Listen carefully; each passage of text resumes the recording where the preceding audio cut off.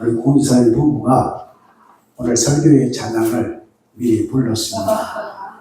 그래서 아마 영이 맞아떨어졌는지 설교의 찬양을 미리 부르셨기 때문에 나중에도 같은 찬송을 부를 겁니다. 오늘 말씀의 전복은 거절과 사람 장벽 앞에서라는 말씀으로 하는 주시는 말씀의 은혜를 성경기를 통해서 들으시기를 축복합니다. 인생을 살아가는 것을 길로 표현할 때가 참 많이 있습니다. 야곱은 바로 앞에서 자신의 인생을 나그네 길이라고 표현했습니다. 인생은 나그네 길, 어디서 왔다가 어디로 가는가, 최희준 선생의 노래였죠. 다윗은 솔로몬에게 유언하면서 죽음에 관해 이렇게 말을 합니다. 세상 모든 사람이 가는 길이라고 말했습니다. 바울 역시 이렇게 말합니다. 나는 선한 싸움을 싸우고 나의 달려갈 길을 마치고 믿음을 지켰다. 자신의 사명의 길을 달려갈 길이라고 표현을 했습니다. 모든 인생은 이제 마지막은 무엇입니까? 죽다, 장사를 지내다, 치르다, 그리고 돌아가다로 끝을 맺습니다. 금슬로 태어나든 흙수로 태어나든 인생의 길은 결코 순탄하지는 않습니다. 나름대로의 삶이 힘들다고 말을 합니다. 오르막도 있고 내리막도 있습니다. 평탄한 길도 있고 험준한 길도 있습니다. 막다른 길도 만나게 되어지고 비정적으로 그 길을 열지는 것도 있습니다. 가장 큰 문제는 어떤 길을 먼저 말하는지 알 수가 없다는 겁니다. 그러나 알 수 없지만 우리는 그 길을 가야 할 길이 되는 것입니다. 이집트 노예로 살던 이스라엘 백성이 노예에서 해방되어서 이집트에서 나올 때는 그 길은 희망의 길이었을 것입니다. 그런데 광야로 들어선 현실은 참 달랐습니다. 하나님께서 약속한 적과 꿀이 흐르는 가나안까지의 길은 고통과 원망과 다툼과 불신앙이 상상 이상의 모습으로 보여줬던 것을 우리는 익히 함께 달려오면서 왔던 길입니다. 그들 말 가운데 세 마디가 있습니다. 차라리 이집트에 있었더라면, 두 번째 죽었더라면, 세 번째 돌아갈 수만 있다면, 라면 세 봉지를 끓이고 있습니다. 라면. 지난주 민수기 20장 1절과 13절에서 이스라엘의 광야 생활 마지막 길에 접어든 가데스의 첫 출발은 미리암의 죽음이었습니다. 그 다음에는 마실 문제 때문에 백성과 모세가 다툰 장면이 목격되었습니다. 이때 모세가 화를 냅니다. 분노를 일으킵니다. 그것이 하나님의 거룩을 훼손한 결과로 말씀을 하시면서 너는 가나안 땅을 밟지 못할 것이라고 말씀을 하셨습니다. 오늘 민수기 20장 14절에서 29절까지는 이제 가나안의 고난에도 이스라엘 백성들 앞에 놓인 커다란 두 개의 장벽을 보게 됩니다. 첫 번째 14절 21절까지는 에돔의 장벽입니다. 그리고 20절 22절에서 29절까지는 아론의 죽음을 통해서 보는 장벽입니다. 현재 나라 에돔의 냉정한 거절이 환경과 기리적 장벽이라고 한다면 초대 대제사장 아론의 죽음은 권력과 사람의 장벽이라고 보시면 될 것 같습니다. 오늘 이 시간 공동체인들로서 장벽 앞에 놓였을 때 그 해결책을 만판에 새기는 시간 되었으면 좋겠습니다. 여러분 리더입니다. 가정의 리더고 자녀의 리더고 리더로서 어떤 마음을 가지고 살아야 될 것인가를 잘 아시고 리더로서의 어떤 능력 이것을 하나님의 말씀을 통해서 배우시를 축복합니다.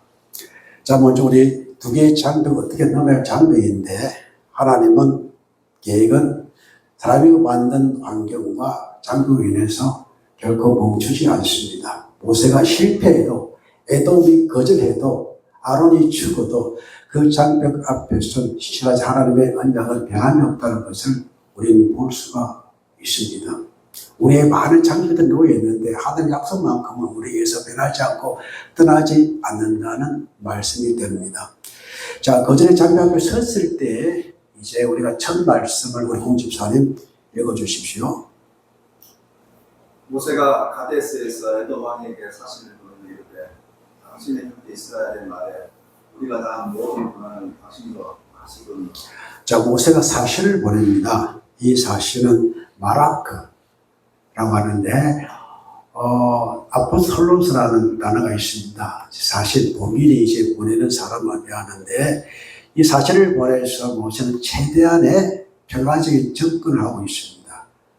무장한 군사를 보내는 것이 아니라 사신을 먼저 홀로 보내가지고 자신의 사정을 알리고 요구사항을 전달하려고 합니다. 그리고 형제라는 단어를 쓰고 있습니다.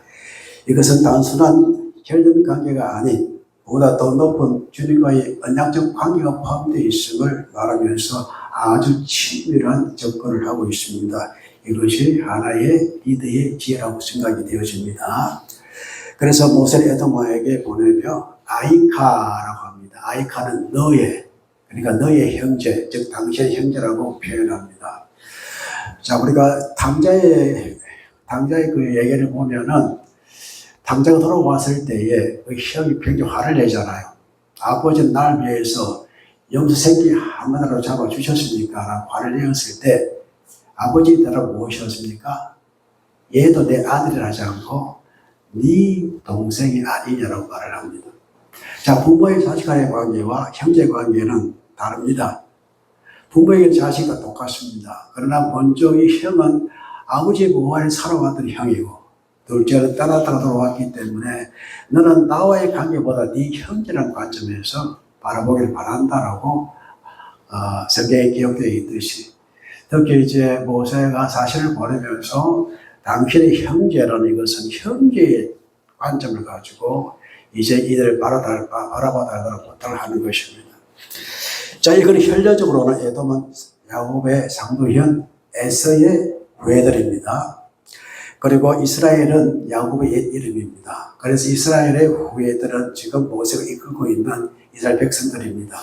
그러니 이 야곱과 에서의 아버지는 이삭입니다. 어머니는 리브가입니다. 한배에서 태어난 자식들입니다. 그러나 이 이스라엘 백성들과 에돔과의 관계는 크게 보아서 어떤 관계입니까?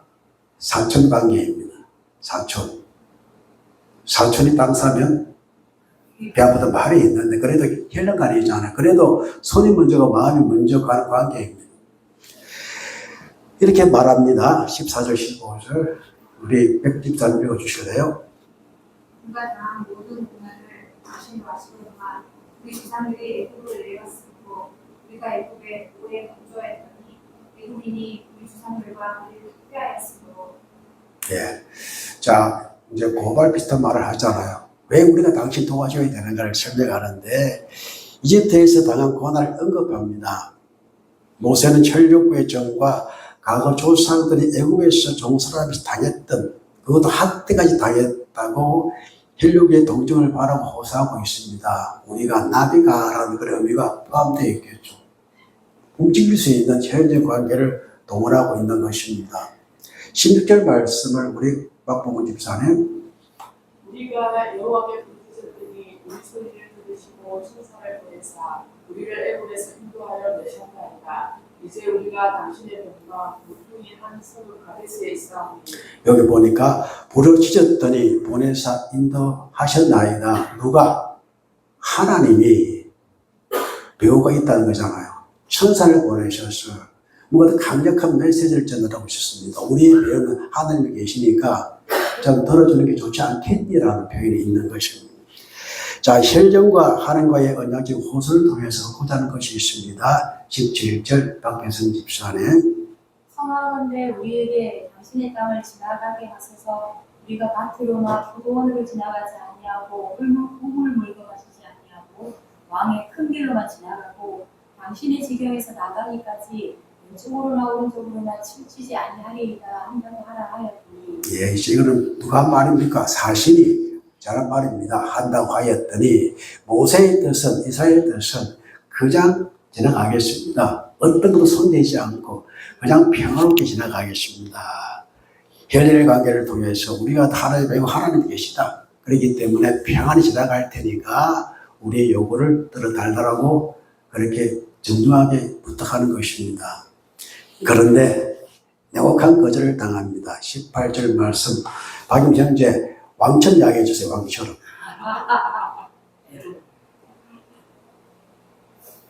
에돔 왕이 대답하되 너는 우리 가운데로 지나가지 못하리라. 내가 칼을 들고 나아가 너를 대적할까.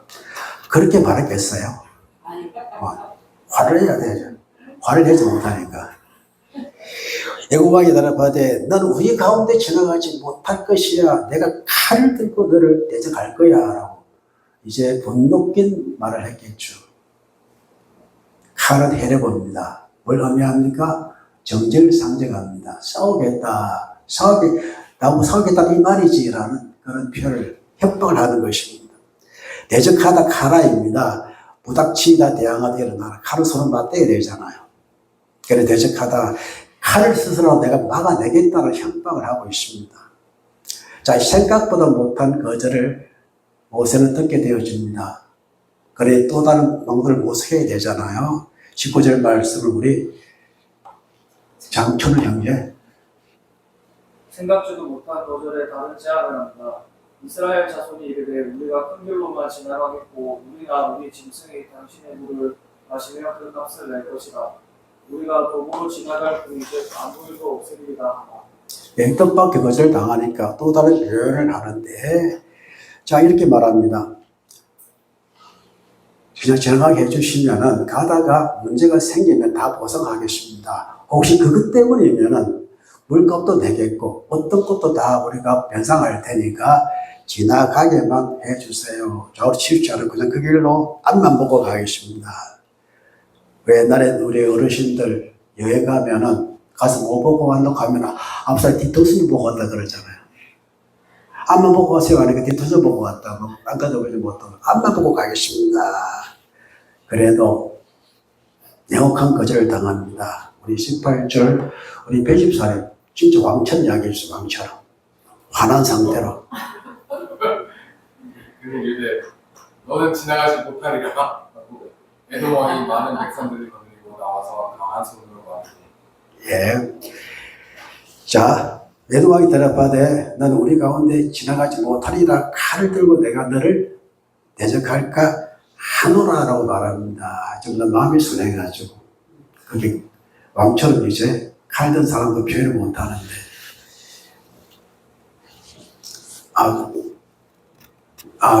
잘못했는데 20절 말씀 읽으셔야 되는데 자 20절 말씀 다시 읽어주세요. 방금 20절이 읽으셨나요? 제가 딴 데 보고 있었네. 자, 그 길을 내어줄 정도가 아니라 지나가지 못하게 하겠다라고 오히려 큰 무리를 끌고 와서 강한 이제 힘을 보여주고 있는 것입니다. 사람이 모이면은 또 화를 돋구게 되잖아요. 그래서 행동으로 밀고 나가고 있습니다. 내 말로서 안 돼? 군사를 보내가지고 행동을 보여주겠다고 그런 말을 합니다. 그러니 갈 수가 없습니다.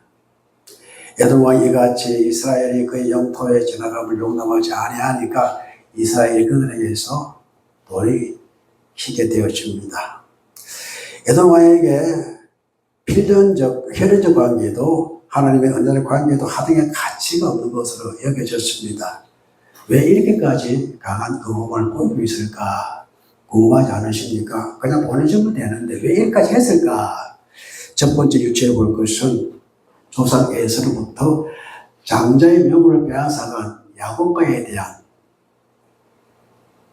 강한 정오심이 있지 않을까. 우리가 과거에 우리 조상들이 개해진 사람에 대해서 어떻게 해요? 강한 정오심을 가지고 있잖아요. 아마 그 DNA가 남아있어가지고 에돔은 이스라엘이 자기들이 통과하는 것을 도저히 용납하지 못했던 것입니다. 자, 그리고 약볼 아르테 건너는 사무엘 군사를 이끌고 에서가 찾아왔잖아요. 그때는 화해했나요? 안 했나요? 서로 목을 이끌고 화해했습니다. 왜? 많은 것을 먼저 보여주고 형님 이것을 받으십시오 하니까 그런 화해를 했는데 여기서 우리가 느낄 수 있는 것은 인간의 화해는 항상 한계가 있습니다.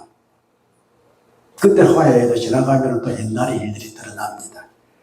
사람의 화해는 완전하지 않은 이유가 무엇입니까? 마음에 들어오면 줄줄이 죽을 때까지 남아있습니다.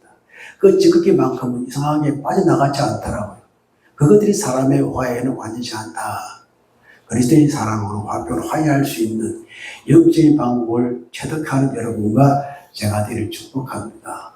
그래도 용서하지 못할 때가 많이 있잖아요. 그만큼 상처라는 것은 지우지 못할 트라우마가 있기 때문에 아마 이 에돔이 이런 이유로서 이스라엘을 용납하지 않았을 것이다라는 생각을 해볼 수가 있는 것입니다. 자, 그런데 하나님께 가만히 계시고 있습니다. 그냥 개입하시고 통과시키면 되는데 왜 가만히 계셨을까라는 생각을 해보는데 그것도 말씀을 통해 알아보겠습니다. 신명기 2장에 보면은 하나님께서 에돔을 건드리지 마라고 말씀을 하시는데 우리 장유사 집사 읽어주세요. 그들과 다투지 말라. 그들의 땅은 한 발자국도 너희에게 주지 아니하니 이는 내가 새 산을 에서에게 기업으로 주었습니다. 자, 이 세일상은 이미 누가 주신 땅입니까? 하나님께서 이스라엘 가나안 땅 주셨듯이 세일 땅을 그들에게 주셨습니다. 그러니까 에서가 하나님을 떠나서 어디에 거했습니까? 세일 땅에 거했습니다. 이미 주신 땅이기 때문에 그들에게 침략당하는 것은 모르는 것도 그의 뜻이고 모르지 않는 것도 그들의 뜻이기 때문에 하나님께서는 개입치 아니하실 겁니다. 여러분, 안 믿는 사람이 부자한테 와가지고 여러분 그게 대해서 불만할 필요 없습니다. 그들의 삶을 사는 것입니다. 난 나의 삶을 사는 것이고.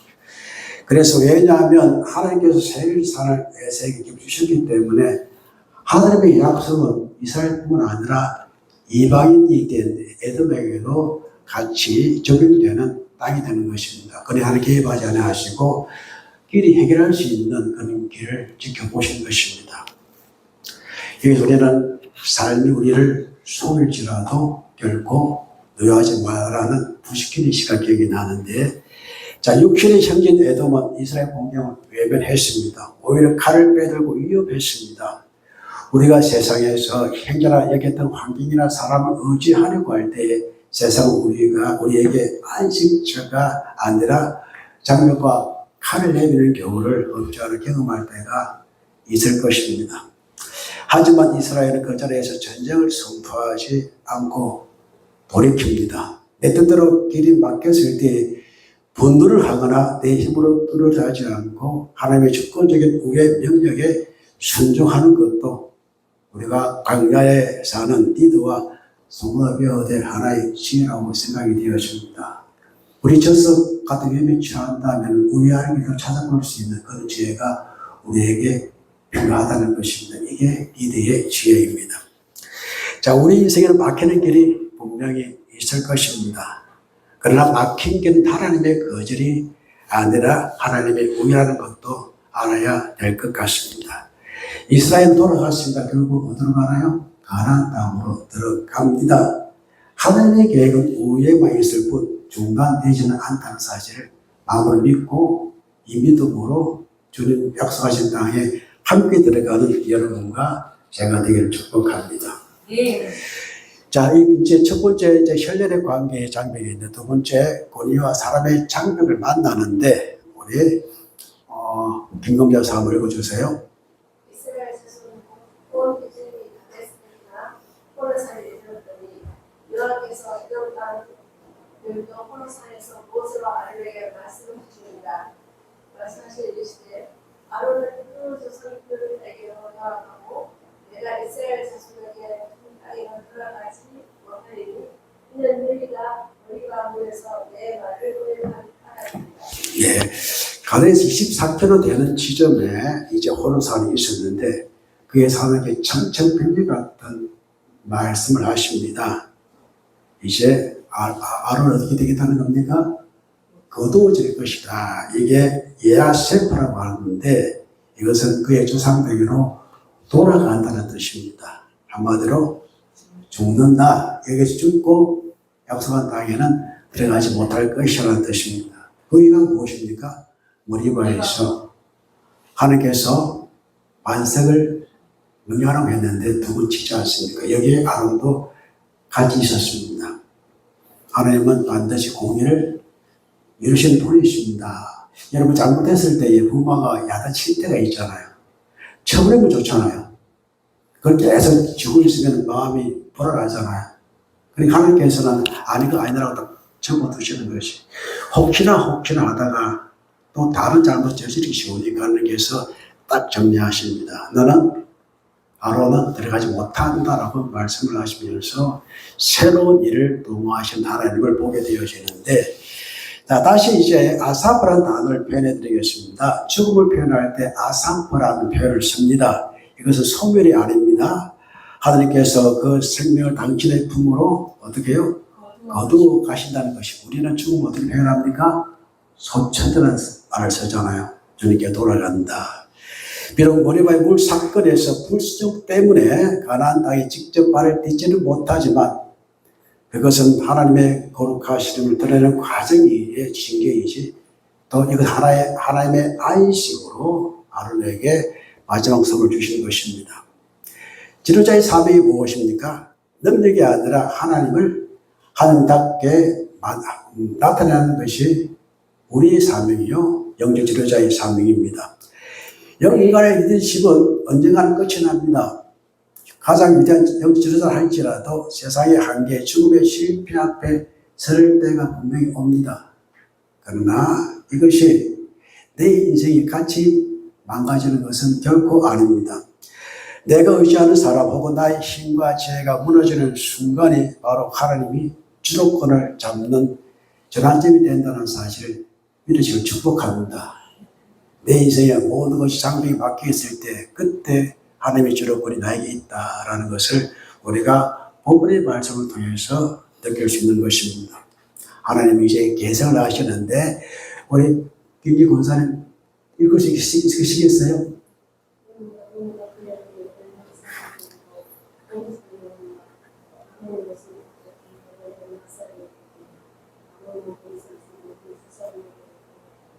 네.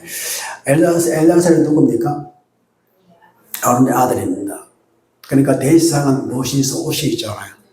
저 옷 입을 사람이 이제 죽어버리니까 다음 계승자가 없습니다. 하나님께서는 아론 가문에 제사의 직분을 맡기셨습니다. 그렇기 때문에 사람이 사라진다고 해서 직분이 사라진 것이 아닙니다. 그래서 하나님께서는 모세에게 아론의 옷을 벗겨서 누게 입혀라? 엘리야사를 입혀라 라고 말씀을 하십니다. 즉 성계되는 순간입니다. 제사장 옷 26절 베게드가 형계로 이 단어를 보면은 이제 베가드라는 단어와 같은 뜻입니다. 어근이 같습니다. 하나는 이제 옷, 베게드, 에봇이 되지만 하나는 다른 뜻은 무엇입니까? 메시드라는 뜻도 갖고 있습니다. 여러분, 옷이 사람을 거룩하게 합니까? 사람이 옷을 거룩하게 합니까?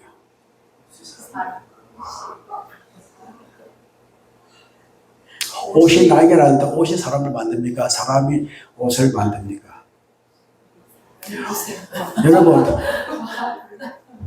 여성들은 그래도 옷이 좋다 할지 모르겠지만 여러분, 옷이 중요한 것이 아니라 사람이 중요합니다.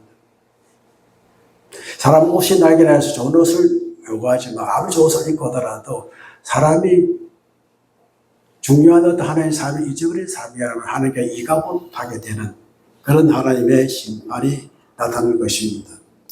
성경은 이렇게 말합니다.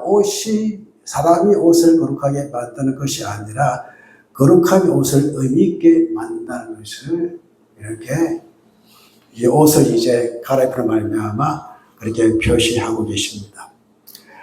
아론의 옷은 엘리야사에게 입혀집니다. 이것은 직분의 계승이 되는 것입니다. 입히다, 라바십니다. 이건 작용시키다, 직분을 부여하다입니다. 하나님께서는 사람보다 직분을 이어가시는 분을 우리에게 보여주십니다. 사람은 죽고 이들은 바뀌어도 하나님의 구원 역사는 1초도 바뀌지 않고 멈추지 않습니다. 아론은 불완전과 죽음에도 불구하고 대제사장 직분은 엘리야사에게 지어졌습니다. 이는 영원한 대제사장이신 예수 그리스도를 향해 끝없이 흔들림 없이 나아가는 하나님의 구원 사역을 이 말을 통해서 우리에게 보여줍니다.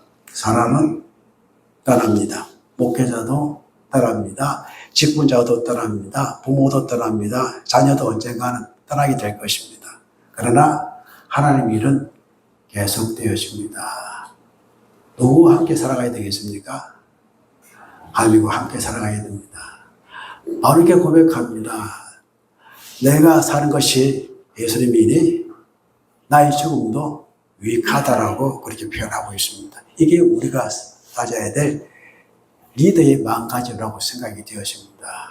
내가 뭘 지킬 수 없어도 나의 하나님 보는 것을 지켜주시기 때문입니다. 그래 아론이 세상을 떠납니다. 그때에 이스라엘 백성들은요, 며칠간 옵니까? 30일 동안 옵니다. 한세를 떠나보낸 일요일의 슬픔하면서 이 30일은 지브리 문화에서 공식 애도 기간입니다. 울었다, 박하라는 뜻인데 이것은 단순히 눈물을 흘리는 것이 아니라 공동체 전체가 슬픔을 함께 짊어지는 것입니다. 놀라운 것은 그들 아론을 변할 만했습니다. 그렇지 않아요? 그렇습니다. 한때는 돌을 들고 쳐 죽이려고 했습니다. 그들의 후회입니다. 이것이 놀라운 것이라는 사실입니다. 이스라엘은 아론의 실수보다 그의 헌신을 더욱더 기억했다는 것입니다.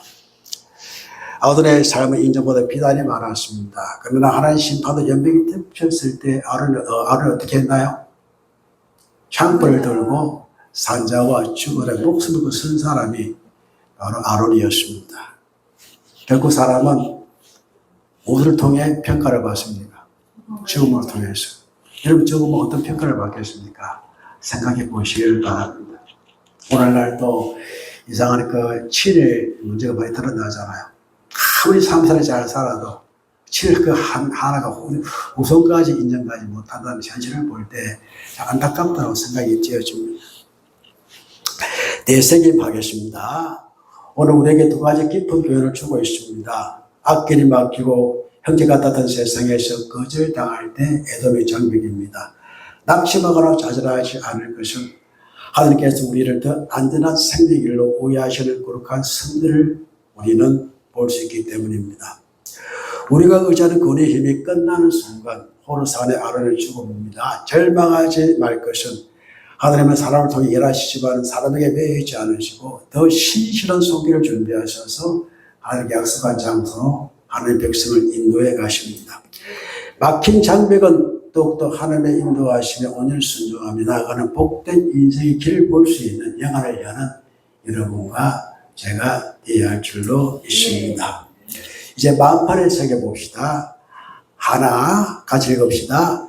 길은 막힐 수가 있습니다. 그러나 하나님의 계획은 막히지 않습니다. 속도보다는 방향을 정하신 대로 이루시는 분이 우리 하나님이 되십니다. 자, 둘이 같이 읽습니다. 사람은 힘이 필요합니다. 그러나 하나님의 거룩하심 변하지 않습니다. 환경이나 사람의 변화에 흔들리지 말고 하나님의 신실하심을 붙들며 거룩한 믿음의 길로 걸어가야 합니다. 세나 사람은 언젠가 떠납니다. 그러나 사람의 활약성은 계속됩니다.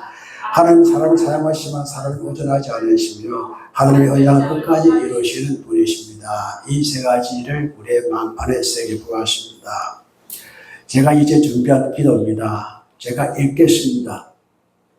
이 기도를 제가 이제 준비한 기도 이제 이렇게 읽겠습니다. 이걸 중심으로 해서 여러분의 기도를 또 만들어서 우리 결단 기도하겠습니다. 먼저 제가 기도합니다.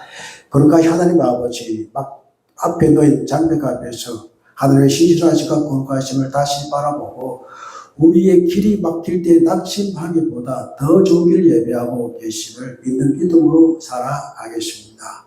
모세와 아론의 연약함으로 실패하였지만 언약을 포기하지 않으신 하나님을 기억하고 사람을 의지하기보다는 하나님의 은혜를 의지하며 살아가겠습니다. 다음 세대에게 우리의 말과 행동을 통해 하나님의 거룩하심을 드러나게 하여 하나님을 높이며 교회와 가정, 나라와 민족을 붙드시고 낙심한 자에게 소망을 주는 믿음의 공동체로 서로 위로하며 하나님 나라를 세워가겠습니다. 이 중심으로 해서 통성은 하나님께 결단 기도 올려드리겠습니다.